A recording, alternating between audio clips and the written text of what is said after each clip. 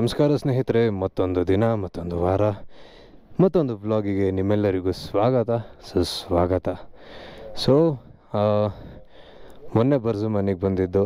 So ನೆನ್ನೆನೇ ಹೊರಡೋದು ಅನ್ನೋ ಪ್ಲ್ಯಾನಲ್ಲಿ ಇದ್ವಿ. But ಏನಾಯಿತು, ಒಂದಿನ ಎಗೈನ್ ಎಕ್ಸ್ಟೆಂಡ್ ಆಗೋಯ್ತು ವ್ಲಾಗಿಂಗ್ಗೆ. ಹಾಂ, ಸೊ ಒಂದಿನ ಎಕ್ಸ್ಟೆಂಡ್ ಆಯಿತು ಹೋಟೆಲ್ ಬರ್ಜ್ಮನಲ್ಲಿ. ಸೊ ನೆನ್ನೆ ಟ್ರಯಲ್ಸ್ಗೆಲ್ಲ ಹೋಗಿದ್ವಿ. ಸೊ ಓನರ್ ಆ್ಯಂಡ್ ಅವರ್ ಅಜರ್ ಬಾಯ್ ಅಲ್ಲ. ಸೊ ಎಸ್, ಅದೇ ಟ್ರಯಲ್ಸ್ ಎಲ್ಲ ಮುಗಿಸ್ಕೊಂಡು ಬಂದ್ವಿ. ಟ್ರಯಲ್ಸ್ ಫಸ್ಟ್ ಟೈಮ್ ಆ್ಯಕ್ಚುಲಿ 2 ಗಾಡಿಯ ಟ್ರಯಲ್ ಮಾಡಿರೋದು. So trials was fun. And ಇವತ್ತು ಡೇಟ್ ಬಂದು 12th of June. ಸೊ ಅಲ್ಲಿಂದ ಕಣ್ಣು ತೆಗಿಯೋಕ್ಕೆ ಆಗ್ತಿಲ್ಲ ವ್ಯೂವಿಂದ. ಸೊ ಎಸ್, ಇವಾಗ ಅಫಿಷಿಯಲಿ ಇಲ್ಲಿಂದ ನಾವು ಹೊರಟಿದ್ದೀವಿ ನಮ್ಮ ನೆಕ್ಸ್ಟ್ ಡೆಸ್ಟಿನೇಷನ್ ಲೇ ಕಡೆಗೆ. So I am more excited. ನೀವು ಅಷ್ಟೇ ಎಕ್ಸೈಟ್ ಆಗಿದ್ದೀರಾ ಅಂತ ಅಂದ್ಕೊಂಡಿದ್ದೀನಿ. So yes, let's head towards Leh. And one more thing, ಯಾರೆಲ್ಲ ಚಾನಲ್ನ ಫಸ್ಟ್ ಟೈಮ್ ನೋಡ್ತಿದ್ದೀರಾ, ಫಸ್ಟ್ ಟೈಮ್ ವ್ಯೂವರ್ಸ್ ಇದ್ದೀರಾ, ಸಬ್ಸ್ಕ್ರೈಬ್ ಮಾಡಿಲ್ಲ, ದಯವಿಟ್ಟು ನನ್ನ ಚಾನಲ್ಗೆ ಸಬ್ಸ್ಕ್ರೈಬ್ ಮಾಡಿ ಅಂತ ಕೇಳ್ತಾ ಈ ವಿಡಿಯೋನ ಇಲ್ಲಿ ಸ್ಟಾರ್ಟ್ ಮಾಡ್ತಾ ಇದ್ದೀನಿ. See you, bye. I'll put your contact in my description. So if anybody contacts, please help them out. Big bikes, not small bikes. Yeah, definitely only big bikes, not small bikes. Sure. Anaya. Bye bye.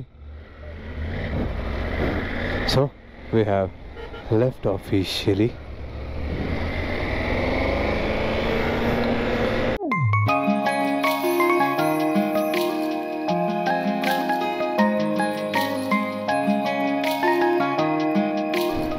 ನೋಡ್ತಾ ಇರ್ಬೋದು ಈ ಕಡೆ ನದಿ, ಬೆಟ್ಟ, snow cap mountains and the perfect temperature to ride. So accumulative temperature ಬಂದು 6 degree ತೋರಿಸ್ತಾ ಇದೆ. And I am really enjoying my ride. So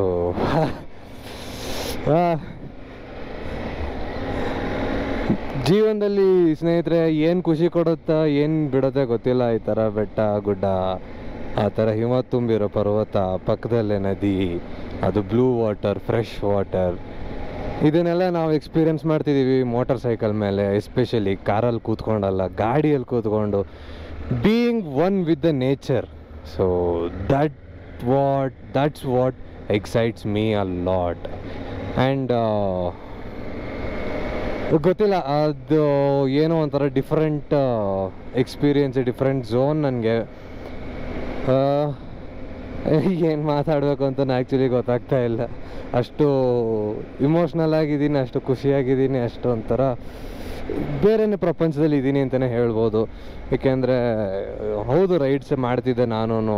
so ಬೇರೆ ಥರ ರೈಡ್ ಮಾಡಿದ್ದೀನಿ. ಎಲ್ಲರೂ ಹೇಳೋರು ಲದಾಖಿ ಅನ್ಕೋತಾ ಇದ್ದೆ, ಏನಕ್ಕೆಲ್ಲ ಲದಾಖ್ ಅಂತಾರೆ, ಅದೂ ಇನ್ನೊಂದು ಡೆಸ್ಟಿನೇಷನ್ನೇ ಅಲ್ವಾ, ಇನ್ನೊಂದು ನ್ಯಾಚುರಲ್ ಹ್ಯಾಬಿಟೈಟ್ ಅಲ್ವಾ ಅಂತ. ಬಟ್ ಇಲ್ಲಿ ಬಂದ ಒಂದು ನೋಡಿ, ಇದನ್ನು ಕಣ್ಣಲ್ಲಿ ನನ್ನ ಏನು ಸೆಲ್ಫ್ ನಾನು ಎಕ್ಸ್ಪೀರಿಯೆನ್ಸ್ ಮಾಡಿದಾಗ, ಎಸ್, ಅವ್ರು ಹೇಳ್ತಿದ್ದು correct. Why Kashmir and Ladakh is so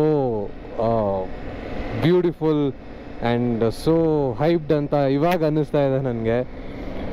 but one thing ನಾನು ನೋಟಿಸ್ ಮಾಡಿದ್ದು, ಎಗೈನ್ ಜನರದೇ ಪ್ರಾಬ್ಲಮ್ಮು, ನೇಚರ್ದಲ್ಲ, ಟೂರಿಸ್ಟ್ಸ್. ಸೊ ಬರ್ತಾರೆ, ಗಲೀಜು ಮಾಡ್ತಾರೆ, ಹೋಗ್ತಾರೆ.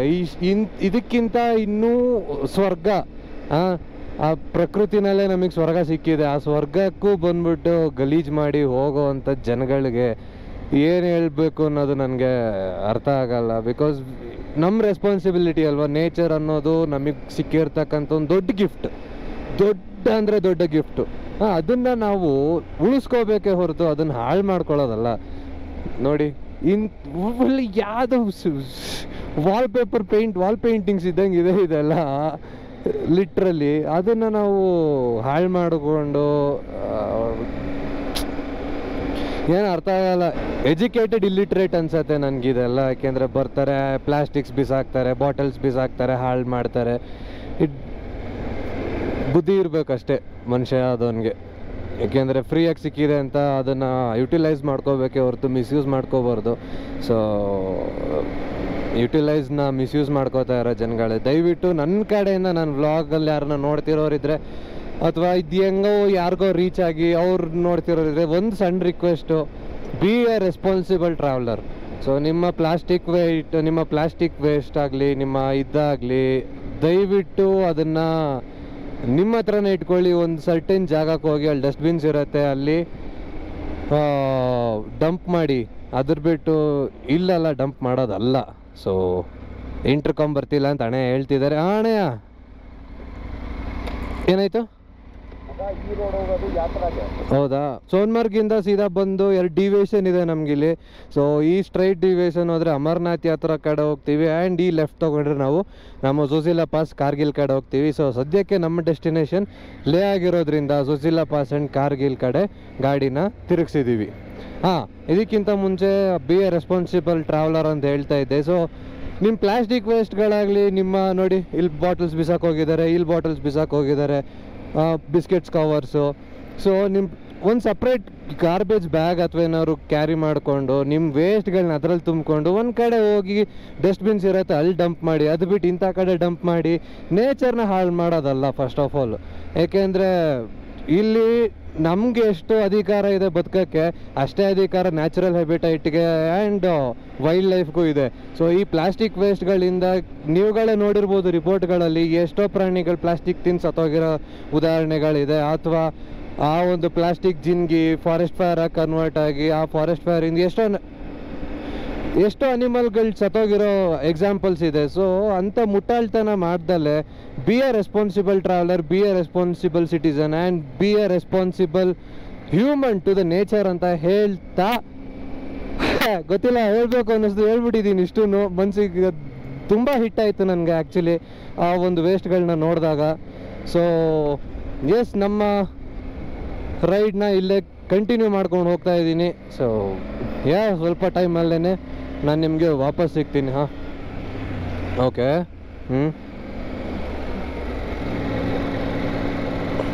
Okay. So another quick update ಏನಂದರೆ, ಈ ರೋಡು ಮೇಲ್ಗಡೆ ಏನು ನಿಮಗೆ ಫ್ಲೈಓವರ್ ಕಾಣಿಸ್ತು, ಅದು ಮೋಸ್ಟ್ ಪ್ರಾಬಬ್ಲಿ ಹೊಸ ರೋಡು ಅಮರ್ನಾಥ್ ಯಾತ್ರಾಗೆ ಮಾಡ್ತಿರೋದು. ಬಟ್ ಈ ವರ್ಷ ಅಮರ್ನಾಥ್ ಯಾತ್ರಾನ ಹಳೆ ರೋಡಲ್ಲೇ ಕರ್ಕೊಂಡು ಹೋಗ್ತಾ ಇರ್ಬೋದು, ಏಕೆಂದರೆ ಅದಿನ್ನೂ ಓಪನ್ ಆಗಿಲ್ಲ. ಸೊ ಈ ರೋಡನ್ನೇ ಅಮರ್ನಾಥ್ ಯಾತ್ರಾಗೂ ಕಂಟಿನ್ಯೂ ಮಾಡ್ತಾ ಇದ್ದಾರೆ ಅಂತ ಅಣ್ಣ ಈಗ ತಾನೇ ಇಂಟರ್ಕಾಮಲ್ಲಿ ಹೇಳಿದ್ರು ನನಗೆ. ಬೆಟ್ಟಗಳಾದ ಮಧ್ಯೆ ಫುಟ್ಬಾಲ್ ಗ್ರೌಂಡು, ಏನು ಮಜಾ ಇಲ್ಲೆಲ್ಲ. So yes, apart from everything apart so far ಇಲ್ಲಿವರೆಗೂ ನನ್ನ ಒಂದು ಟ್ರಿಪ್ ಎಲ್ಲಿಂದ ಗುರ್ಗಾವಿಂದ ಶೋರೂಮ್ ಆದಮೇಲಿಂದ 1151 ಕಿಲೋಮೀಟರ್ ಬಂದಿದ್ದೀವಿ. ಮೋಸ್ಟ್ ಪ್ರಾಬಲಿ ಇಬ್ರದ್ದು ಸಿಮಿಲರ್ ಕಿಲೋಮೀಟರ್ ರೀಡಿಂಗೇ ಇರುತ್ತೆ.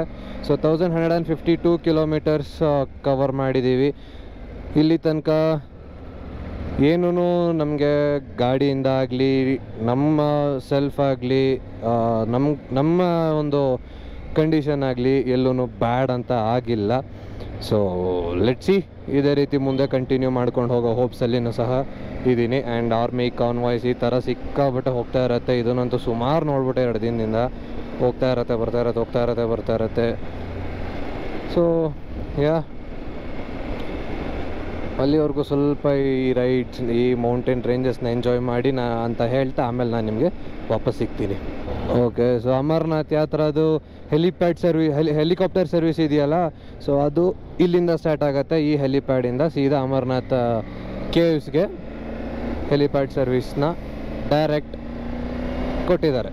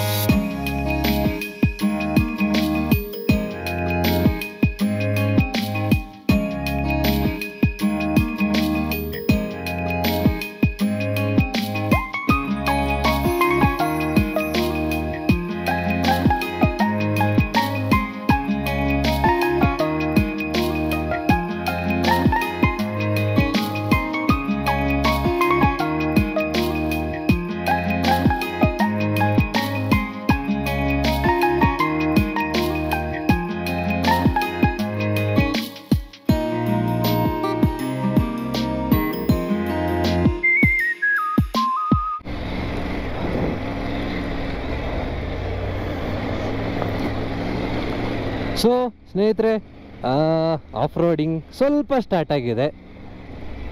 ಯಾಕೆಂದರೆ ಆಲ್ರೆಡಿ ಲದಾಖ್ವರ್ಗು ಸೂಪರಾಗಿ ರೋಡ್ಸ್ ಮಾಡಿಬಿಟ್ಟಿದ್ದಾರೆ. ಸೊ ನಮಗೆ ಎಲ್ಲಿ ಸಣ್ಣ ಪುಟ್ಟ ಆಫ್ ರೋಡ್ ಸಿಗುತ್ತೆ, ಕನ್ಸ್ಟ್ರಕ್ಷನ್ ವರ್ಕ್ ನಡೀತಾ ಇರುತ್ತೆ, ಅಲ್ಲಿ ಮಾತ್ರ ಆಫ್ ರೋಡ್ ಸಿಗುತ್ತೆ. ಬಿಟ್ಟರೆ ಕಂಪ್ಲೀಟ್ ರೋಡ್ BR ಓನವರು ಒಳ್ಳೆ ಸೈಕಾಗಿ ರೆಡಿ ಮಾಡಿಬಿಟ್ಟಿದ್ದಾರೆ ಆಲ್ರೆಡಿ. ಹಾಗಾಗಿ ಮುಂಚೆ ಲದಾಖ್ ಮಾಡ್ತಿದ್ರಲ್ಲ ಒಂದು 6-7 ಇಯರ್ಸ್ ಕೆಳಗೆ, ಅಥವಾ ಒಂದು 3-4 ಇಯರ್ಸ್ ಕೆಳಗೆ ಅಂತಲೇ ಇಟ್ಕೊಳ್ಳೋಣ. ಸೊ ಅವಾಗಿನಷ್ಟು ಅಡ್ವೆಂಚರಸ್ ರೋಡ್ ಇವಾಗಿಲ್ಲ ಲದಾಖಲ್ಲಿ ಆ್ಯಕ್ಚುಲಿ.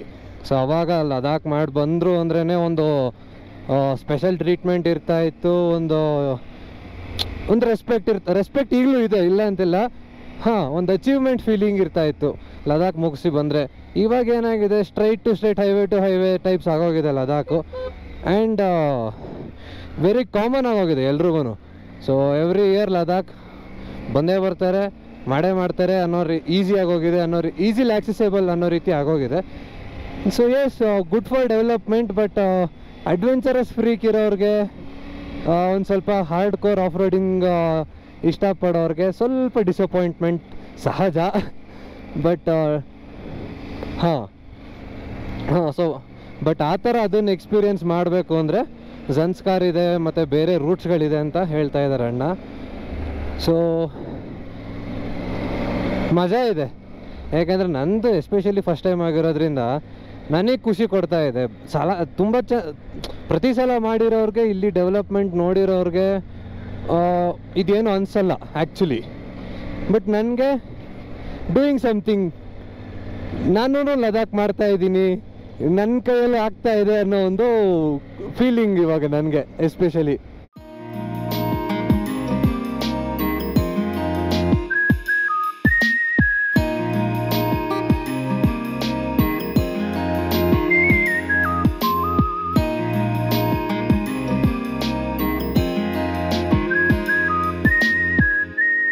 ಸೊ ಈ ರೋಡ್ಗಳೆಲ್ಲ ಪ್ರೀವಿಯಸ್ಲಿ ಹೆಂಗಿರ್ತಿತ್ತಂತ, ಯಾಕೆಂದರೆ ನಾವುಗಳು ಹೆಂಗಿರ್ತಿತ್ತಂತೆ ಅಂತಲೇ ಹೇಳಬೇಕು, ಬಿಕಾಸ್ ನಾನು ಎಕ್ಸ್ಪೀರಿಯನ್ಸ್ ಮಾಡಿಲ್ದಿರೋದ್ರಿಂದ.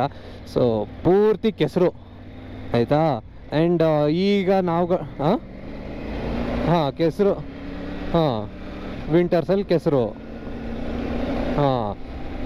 ಓಕೆ. ಸೊ ಡ್ರೈ ಇದ್ದಾಗ ಪೂರ್ತಿ ಧೂಳು, ಇಲ್ಲ ಅಂದರೆ ಕೆಸರು, ಎರಡೇ ಟೈಪ್ ಈ ರೋಡ್ ಇರ್ತಿದ್ದು.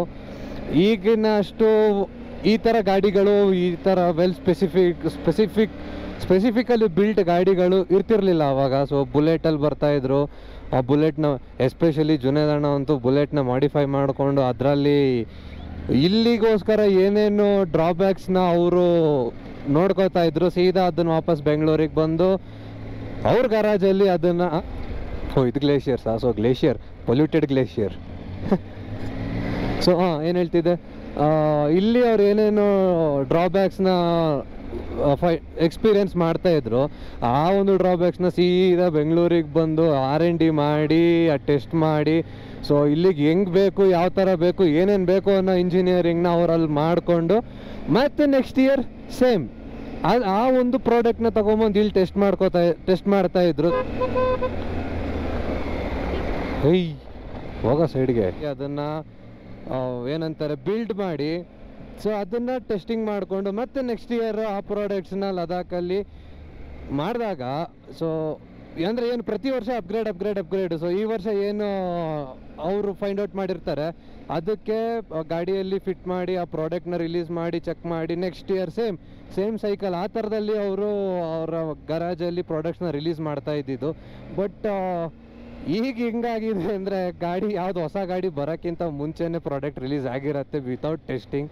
ಸೊ ಎಲ್ಲೋ ಒಂದು ಕಡೆ ಅದು ಹರ್ಟ್ ಆಗುತ್ತೆ. Because as a rider, as a ಏನಂತಾರೆ adventure lover, without product testing ಒಂದು ಪ್ರಾಡಕ್ಟ್ ಮಾರ್ಕೆಟಿಗೆ ರಿಲೀಸ್ ಆದಾಗ ಆ್ಯಂಡ್ ಅದು ಹೆಂಗೆ ಕೆಲಸ ಮಾಡುತ್ತೆ, ಅದರದ್ದು ಸ್ಟ್ರೆಂತ್ ಎಷ್ಟು, ವೀಕ್ನೆಸ್ ಎಷ್ಟು, ಏನೋ ಒಂದು without any knowledge of that ಏನಂತಾರೆ ಪ್ರಾಡಕ್ಟ್, ನೀವು ಹೇಳ್ತೀರ